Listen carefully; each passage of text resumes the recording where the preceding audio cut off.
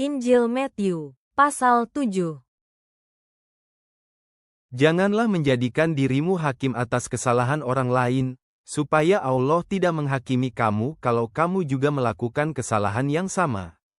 Karena sebagaimana kamu menghakimi orang lain, demikianlah kamu akan dihakimi oleh Allah.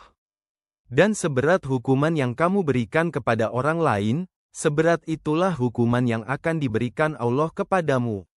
Jangan menyalahkan orang lain karena kesalahan kecil.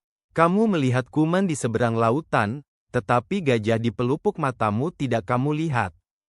Dengan sombong kamu ingin memperbaiki kesalahan kecil orang lain tanpa menyadari kesalahanmu sendiri yang lebih besar.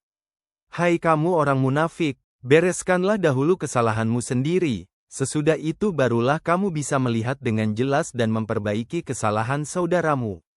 Janganlah memberikan ajaran yang mengandung hikmat rohani kepada orang yang tidak mengenal Tuhan, karena nanti mereka akan berbalik dan menyerangmu.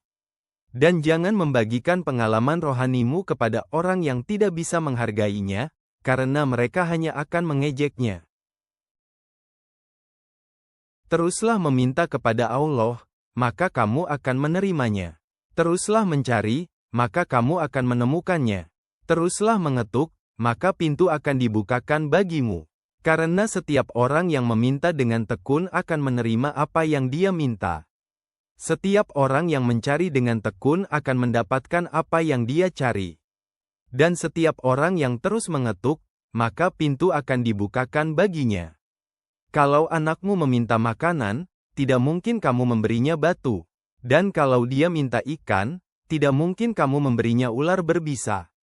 Nah, kamu yang jahat pun tahu memberikan yang baik kepada anak-anakmu.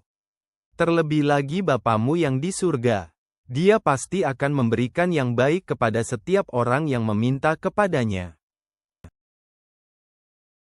Inilah inti hukum Taurat dan ajaran para nabi, perlakukanlah setiap orang sebagaimana kamu sendiri ingin diperlakukan oleh orang lain. Untuk menuju hidup kekal, masuklah melalui pintu yang sempit dan ikutilah jalan yang sempit itu. Karena gerbang dan jalan menuju neraka besar dan mudah dilewati, dan banyak orang mengikuti jalan itu. Tetapi jalan menuju hidup kekal begitu sempit dan sulit dilewati, dan hanya sedikit orang yang mau mencari sampai menemukannya. Berhati-hatilah terhadap nabi palsu. Mereka seperti serigala berbulu domba. Mereka datang ke persekutuan kalian dan seolah-olah menyampaikan ajaran yang baik, tetapi sebenarnya sangat berbahaya. Kalian bisa mengenali nabi-nabi palsu dari ajaran dan perbuatan mereka. Sebagaimana tumbuhan liar berduri tidak bisa menghasilkan buah anggur atau buah ara, begitu juga orang jahat tidak bisa menghasilkan hal-hal yang baik.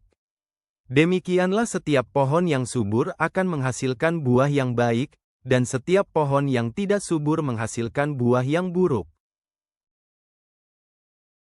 Pohon yang subur tidak mungkin menghasilkan buah yang buruk, sebaliknya pohon yang buruk keadaannya tidak mungkin menghasilkan buah yang baik. Setiap pohon yang tidak menghasilkan buah yang baik akan ditebang dan dibakar. Begitu jugalah kalian akan mengenali nabi-nabi palsu dari ajaran dan perbuatan mereka. Tidak setiap orang yang memanggilku, Tuhan, penguasaku, akan menjadi warga kerajaan Allah. Tetapi yang akan menjadi warga kerajaan Allah adalah setiap orang yang melakukan kehendak Bapa-Ku di surga. Pada hari pengadilan banyak orang akan berkata kepadaku, Tuhan penguasaku, kami sudah bernubuat atas nama-Mu. Kami sudah mengusir setan-setan dan melakukan banyak keajaiban dengan menyebut nama-Mu. Tetapi pada waktu itu dengan terus terang aku akan menjawab mereka, hai kamu semua yang melakukan kejahatan, pergilah dari hadapanku. Aku tidak pernah menganggap kalian sahabatku. Oleh karena itu, setiap orang yang mendengar ajaranku dan melakukannya ibarat orang bijak yang membangun rumah di atas batu besar. Ketika hujan deras turun, lalu banjir dan angin kencang melandanya, rumah itu tetap berdiri tegak karena dibangun di atas batu fondasi yang kuat. Tetapi setiap orang yang mendengar ajaranku dan tidak melakukannya ibarat orang bodoh yang membangun rumahnya di atas pasir. Ketika hujan deras turun, lalu banjir dan angin kencang melandanya, rumah itu pun roboh dan rusak berat. Ketika Yesus selesai mengajarkan semuanya itu, orang banyak yang mendengarnya terheran-heran akan ajarannya, karena dia tidak mengajar seperti para ahli Taurat. Dia mengajar dengan kuasa, seperti seorang pemimpin yang mempunyai hak untuk memerintah. Guru yang bijaksana, Engkau telah menunjukkan kepada kami bahwa ketaatan adalah dasar dari kehidupan yang dibangun di atas batu karang. Tolonglah kami untuk tidak hanya mendengar firman-Mu, tetapi juga menghidupinya setiap hari.